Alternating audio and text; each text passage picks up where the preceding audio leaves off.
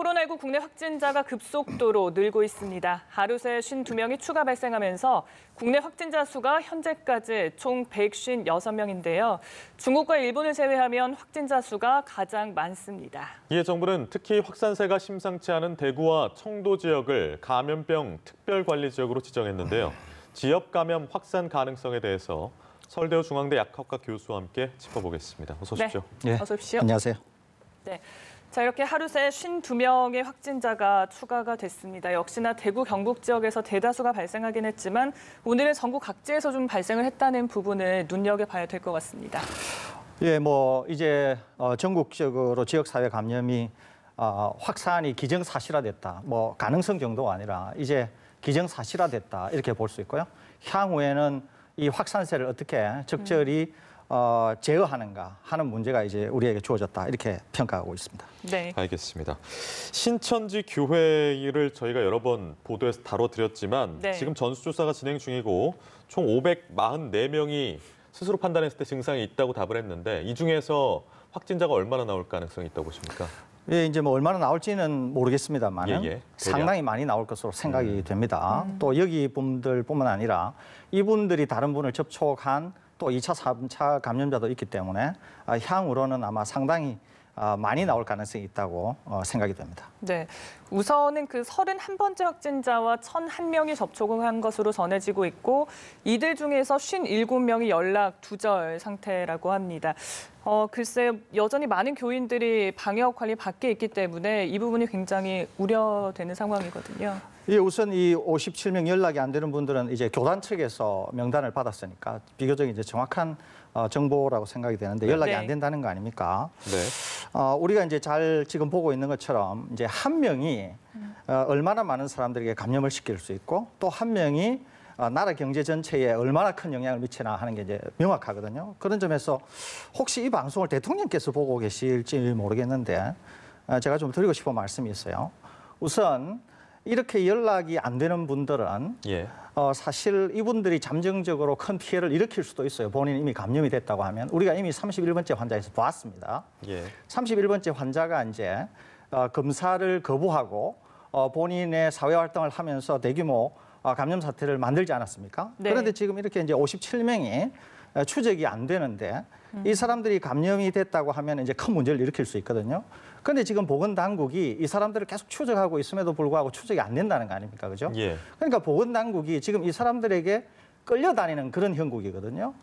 그래서 제가 31번째 환자를 보건데 31번째 환자가 의사의 권고를 무시하고 검사를 안 받았다고 하더라도 본인이 감염이 안 됐으면 아무 문제가 없어요. 그런데 본인이 감염이 된 상태로 대규모 사태를 일으켰기 때문에 저는 충분히 이분이 주의사항을 게을리했다, 주의 의무를 소홀히 했다. 그런 관점에서 충분히 과실치상의 책임을 물을 수 있다고 보거든요.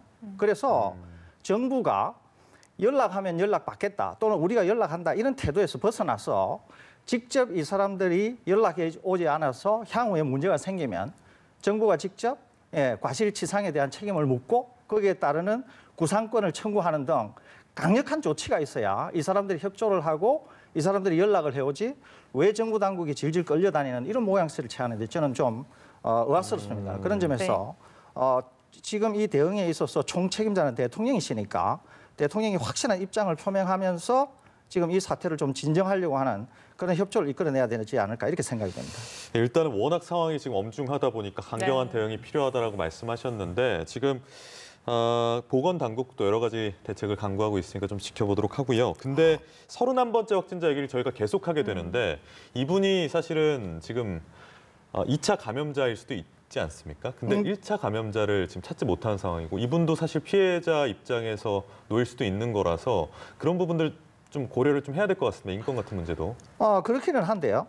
지금 우리가 좀 생각해봐야 될 거는 있어요. 이제 이분 31번째 환자가 다른 감염원으로부터 분명히 감염이 됐을 겁니다.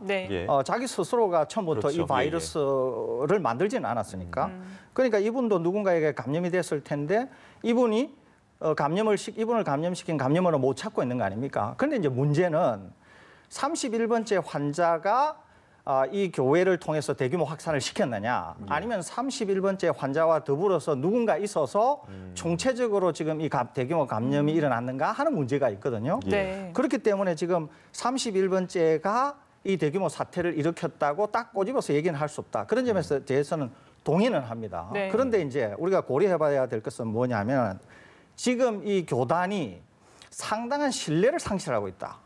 그런 점을 우리가 지목할 수 있거든요. 예. 그러니까 교인들 스스로도 뭔가 연락을 회피하는 사람이 있고 교인들이 좀 협조하는 데 있어서 교단은 어떤지 모르겠습니다만은 그런 점에 있어서 과연 지금 31번째 환자로부터 비롯되지 않고 다른 감염원이 있어서 대규모 사태가 일어났는지 아니면 31번째 환자가 정말 슈퍼 전파자인지 이거는 우리는 알 수는 없지만은 네. 신뢰라고 하는 측면에서 볼 때 과연 지금 이렇게 얘기하는 것조차도 31번째 말고 다른 사람이 있을 수 있다고 하는 것조차도 우리가 믿을 수 있는가 하는 점에서도 우리가 한번 생각해 볼 필요는 있다 이런 생각이 듭니다. 알겠습니다. 엄중한 상황이면 분명하니까요. 좀 여러 가지 다각도로 좀 지켜봐야 될 것 같은데 그중에 하나가 청도가 이 신천지 교주의 고향이다 보니까 또 청도 대남병원에서 이 총회장의 형의 장례식이 열렸었다고 하더라고요. 그래서 지금 청도가 뭔가 제2의 대구보다 좀 더 심각한 장소가 될 가능성도 있다 이런 지적도 있는데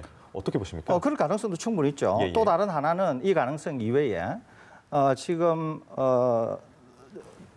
이 교회와 이 청도 대남병원 사이에 무슨 협력 관계가 있어서 이 교회 측에서 청도 대남병원에 여러 가지 봉사 활동을 많이 한 것으로 알려져 있습니다. 네. 그러니까 이제 지금 이 형의 장례식에 아마 또 이 교회 측 사람들이 많이 참석했을 갔겠죠. 수도 예, 있고 그 이외에 또 봉사 활동을 통해서도 이분들이 많이 이 교회와 접촉을 했을 가능성도 있어요. 그러니까 어떤 것 때문에 지금 이렇게 대규모 확산이 일어났는지는 모르지만 결론적으로는 청도 대남병원이 지금 상당히 많은 확진자가 나오고 있는 거 아닙니까? 그러니까 꼭 꼬집어서 이 장례식이 그랬다 이렇게 보기는 어렵지만 아무튼 이 교회와 이 청도 대남병원 사이에서의 어떤 관계 속에서 이 대규모 확산이 일어났지 않은가 이렇게 평가가 됩니다. 그러니까 장례식이라는 그 특정 행사뿐만이 아니라 그렇습니다. 봉사 활동이든지 뭐 인력 교환이라든지 이런 것들을 통해서 약간 장기간 동안 좀 노출이 됐을 수도 있겠다는 그렇습니다. 말씀이신 예. 것 같습니다. 네.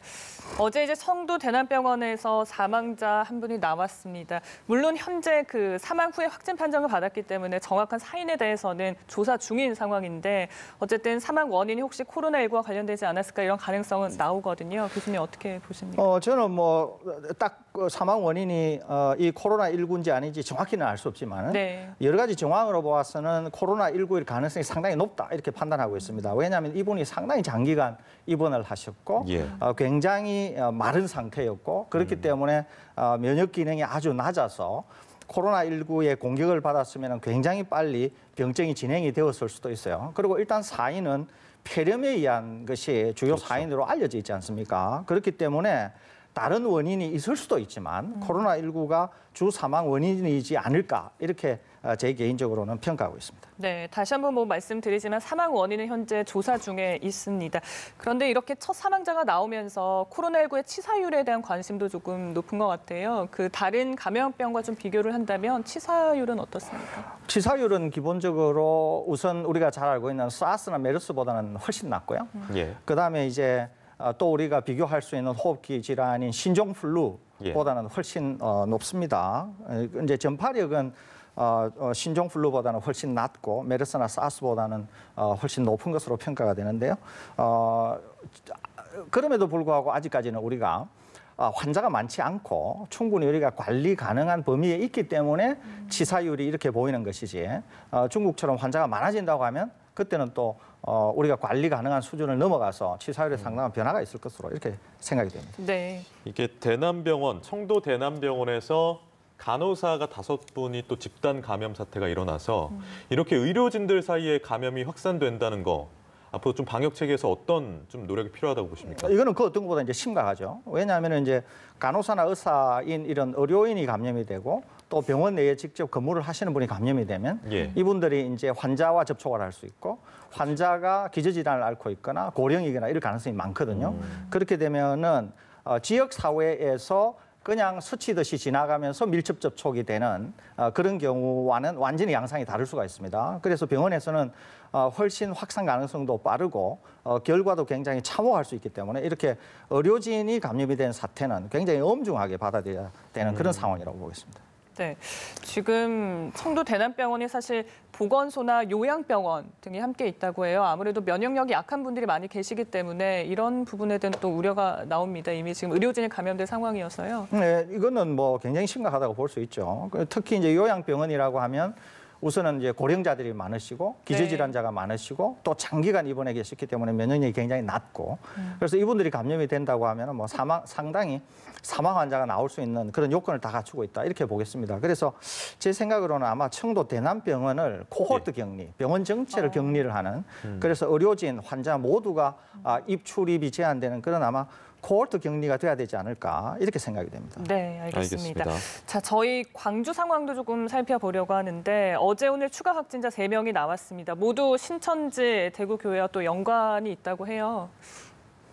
예, 우선은 뭐 예전에 이제 광주에서 한 분이 나오시기는 했어요. 네. 그러는데 이제 그때는 그분으로 거의 이제 끝나는 것 같고요. 주로 거기에서 뭐 지역사회 감염이 확산될 네. 우려는 크게지 않았습니다. 그런데 이제 지금 이 신천지와 관련되어서 추가 확진이 된 이분 광주분은 네. 지금 딴 데서 보는 것처럼 다른 지역도 이미 이제 산발적으로 네. 지역사회 감염이 나오고 있지 않습니까? 네. 그래서 광주의 이분도 일단 상당히 유의해서 봐야 될 그런 상황이라고 봐지고요. 네. 이게 이분이 추가 감염을 일으켜서 광주 지역 사회에서도 지역 사회 감염의 우려가 있기 때문에 아마 역학조사를 신속히 해서 이분과 접촉한 분들을 조속히 찾아내야 아마 지역 사회 감염을 조기에 막을 수 있지 않을까 이렇게 평가가 됩니다.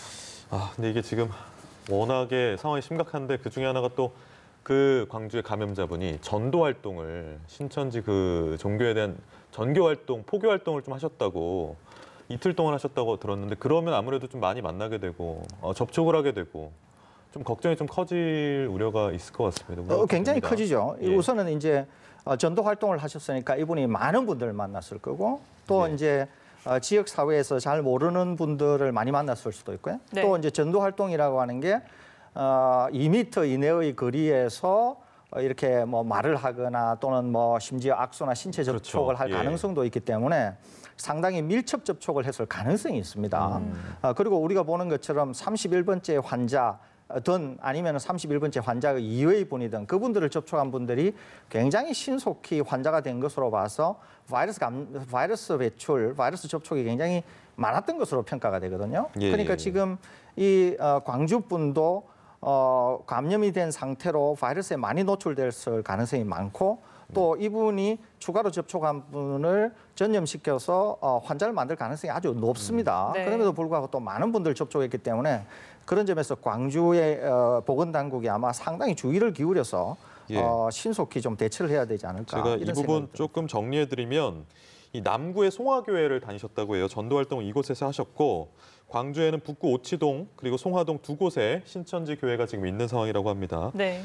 네, 그렇습니다. 대구 교회 예배에 16일 오후 4시에 참석을 했고요. 그 이후 다음 날하고 다다음 날이죠. 광주 남구에 있는 교육기관에서 성경 내용을 가르쳤다. 신천지 광주교회 측이 전해온 내용입니다. 네, 이 교회라는 공간에 사실 집단 활동을 하다 보니까 이번 감염병의 또 진원지가 되기도 했었는데 더불어서 또 우려가 되는 것이 이번에 군인들도 잇따라 확진 판정을 받지 않았습니까? 네, 그렇습니다. 사실 뭐 취사병도 있었고 뭐 계룡대에 파견됐던 중위 1명도 확진 판정을 받은 상황인데 사실 군대라는 곳도 집단 생활을 하는 곳이어서 정말 우려가 되거든요. 네. 좀 어떤 대책들이 필요하다고 보세요? 우선은 뭐 국방부 장관께서 뭐 합당한 대처는 일단 하신 것 같아요. 뭐 휴가 그다음에 막으셨죠? 그렇습니다. 예. 그런 조치에 대해서 이제 하셨기 때문에 그것은 굉장히 이런 조치라고 일단은 생각은 되고요. 네. 그런데 이제 중요한 것은 이분들이 누구를 접촉했나 하는 것이 중요한 것이거든요. 그러니까 이분들이 누구를 접촉해서 군 병력 내에서 어떻게 이제 전파를 일으켰을까 하는 게 중요하기 때문에 우선 뭐 기본으로 돌아가서 이분들을 접촉한 것을 군 내에서 최대한 빨리 확인하고 격리 조치하고 검사하고 해서 군 병력 내로 유입하는 것을 최대한 방비해야 되지 않을까 뭐 그렇게 생각이 됩니다. 지금 육군, 해군, 공군에 모두 지금 확진자가 나온 상태고 해병대를 제외하면 전군에 그리고 특히 이제 공군 장교 같은 경우에는 계룡대에 근무한단 말이죠. 거기 육해공군이 네. 다 모이는 예. 본부격의 그런 부대가 있는 곳이기 때문에 좀 주의를 앞으로 좀 해야 될 것 같다는 생각이 들고요. 이게 취사병이 있었다는 것이 또 변수예요. 요리를 좀 만들고 그 안에 뭐 침이 들어갈 수도 있고 비말이 들어갈 수도 있는 상황이기 때문에 이 부분 좀 어떻게 좀 보십니까 위생적으로? 뭐 그럴 가능성도 있기는 한데요. 일단은 뭐 음식으로 들어갔을 때는 크게 뭐 저는 문제가 되지는 않을 걸로 생각은 돼요. 그런데 이제 이분이 요리를 해가지고 요리가 뭐 오염될 가능성 그리고 요리를 통해서 전파가 될 가능성은 저는 상당히 낮다고 보고요. 오히려 이제 이분도 여전히 이제 밀접 접촉을 해서 이제 전파의 가능성이 더 큰 것으로 생각이 되거든요. 네. 왜냐하면 바이러스가 그냥 나와 있다고 해서 이 바이러스가 살아 있을 수가 없거든요. 바이러스가 네. 살기 위해서는 적당한 수분, 그다음에 pH라고 하는 조건, 또 염의 어떤 농도 뭐 등등 갖춰야 될 조건이 많은데 네. 그래서 좀 뜨거운 밥에 들어가 있다거나 아니면은 뭐 국이나 그 이외에 음식에 들어갔을 때 그런 조건이 바이러스가 살기에는 적당하지 않습니다. 뜨겁거나 해서요. 예, 그렇습니다. 그래서 음식을 통한 감염 가능성은 좀 없다고는 볼 수 없지만 낮아는 보이고 대신 이분이 어떻게 접촉을 해서 감염을 일으키는가 오히려 그게 좀 네. 중요한 포인트이지 않을까 생각이 됩니다. 네, 오늘 정부에서 대구와 청도 지역 감염병 특별관리지역으로 지정을 했습니다. 이번 결정 좀 어떻게 보셨습니까? 저는 뭐 시기적으로는 적절하다고 봅니다. 왜냐하면은 지금 대구, 청도, 이제 특히 대구 지역만 하더라도 지금 이제 가용 자원이 상당히 이제 부족한 상태에 있습니다. 네. 그래서 선별 진료소도 뭐 더 설치해야 되고 그다음에 병원도 또 음압시설 없는 곳에 음압시설도 설치해야 되고 하기 때문에 네. 규정이나 규제 이런 것들을 부분적으로 해제하고 좀 수정하고 해서 긴급히 대응할 필요가 있거든요. 그렇기 때문에 정부가 이 지역을 감염병 특별관리지역으로 해서 그런 규제를 좀 제한적으로 해제하고 대응하고 그러는 측면에서는 뭐 상당히 빨리 나름대로 그렇게 조치를 했다 이렇게 평가하고 있습니다. 네. 알겠습니다. 대구가 지금 가장 문제라서 워낙 지금 의심 환자도 많이 나오고 확진자도 많이 나오다 보니까 음압병실에 입실하는 기준이 있다고 하더라고요. 맞습니다. 그 기준을 좀 낮춰야 된다라는 얘기가 있는데 어떤 얘기입니까, 그게? 기본적으로 이제 음압병실이라고 하는 게 음압병실이 갖춰야 되는 조건이 있습니다. 말 그대로 이제 시설의 기준이 있는 거죠. 예. 네. 음압병실이 되려고 하면은 이런 시설을 갖춰야 된다. 그리고 음압병실이 들어가는 곳은 보통의 환자들과 어떤 격리 조건이 있어야 되고 공기 흐름은 어때야 되고 공조는 어떻게 해야 되고 그런 조건이 있거든요. 예. 그러니까 그런 조건으로 만들려고 하면은 당장 시설을 할 수가 없어요.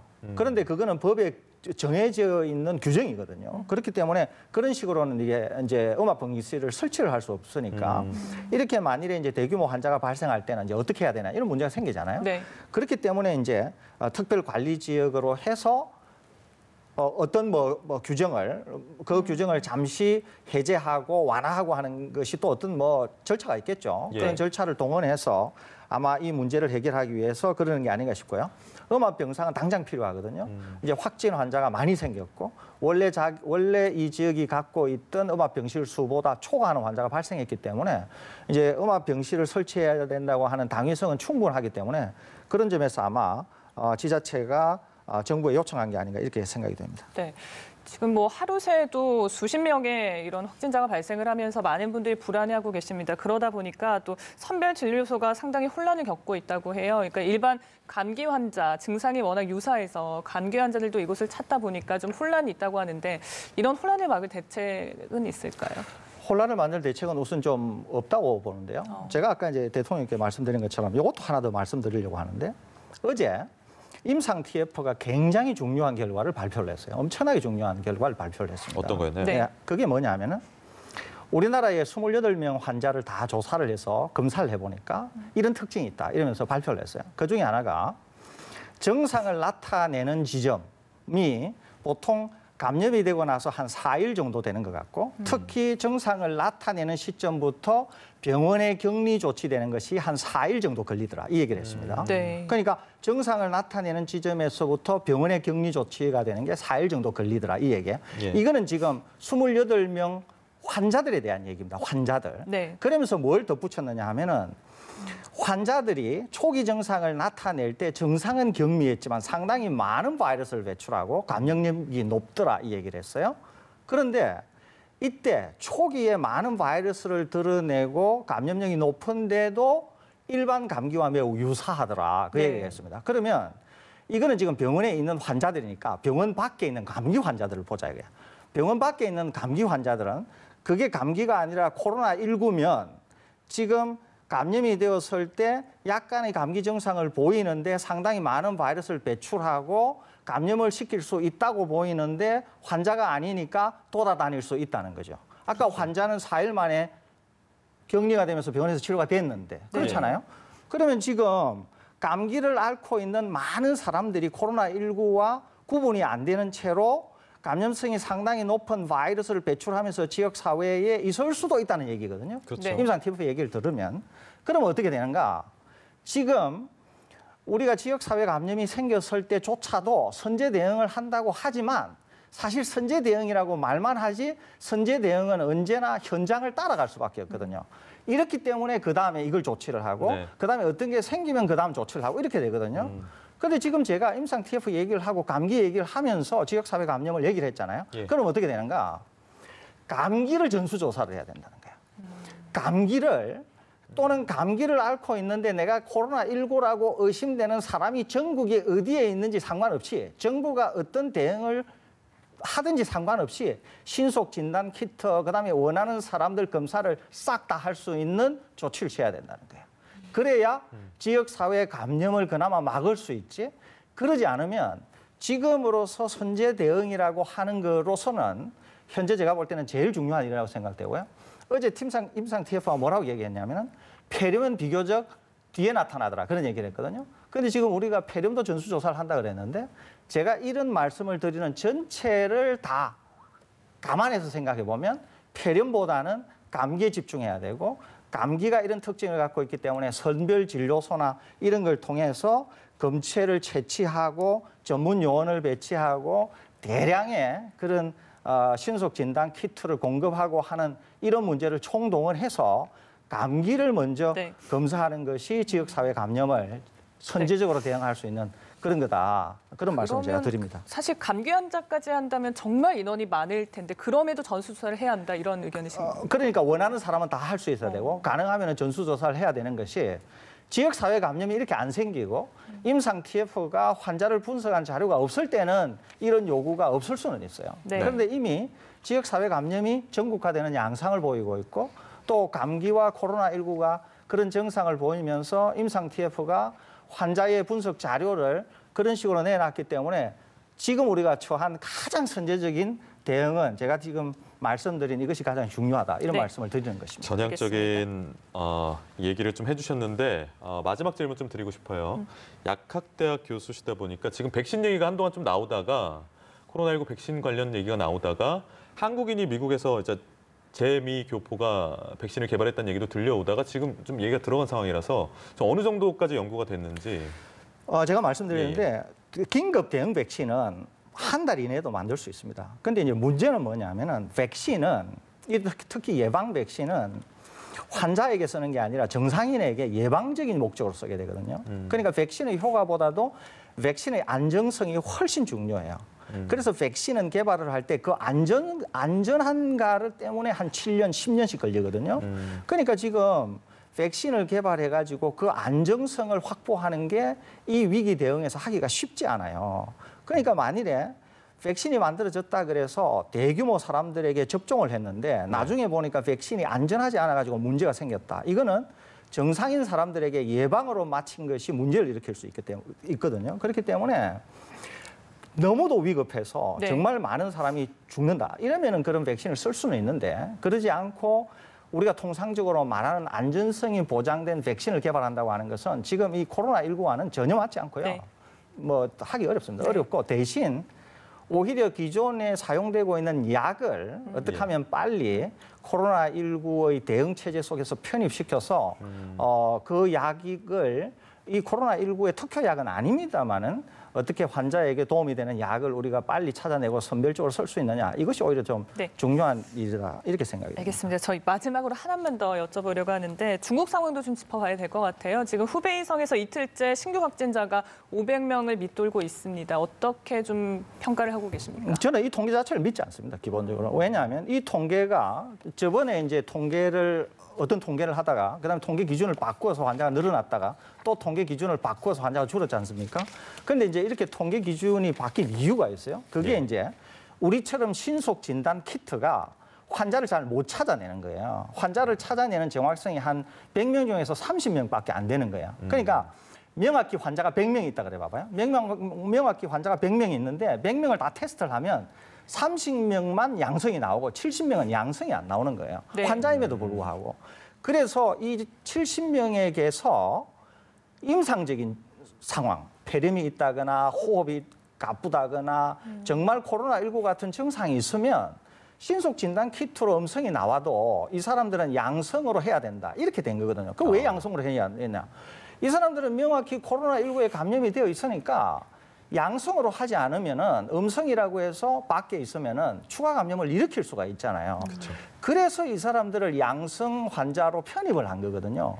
그러다 보니까 환자가 엄청나게 늘어나고 중국 당국이 정치적으로 상당히 부담이 돼서 그러는지 또 기준을 바꿨거든요. 네. 그러면 이번에 기준을 바꿔서 이 사람들을 제외한다고 해서 이 사람들이 환자가 아니겠어요? 당연히 환자죠. 그렇기 때문에 중국 당국이 지금 이 통계 자료를 내놓는 것을 도저히 믿을 수가 없기 때문에 실제로 확진 환자가 뭐 둔화세에 있다, 어쩌다 이런 것들을 제 개인적으로는 네. 뭐 전혀 좀 믿기 어렵다 이런 판단을 하고 있습니다. 알겠습니다. 오늘 말씀 잘 들었습니다. 설대우 중앙대 약학과 교수와 함께 이야기 나눠봤습니다. 고맙습니다. 네, 고맙습니다. 네.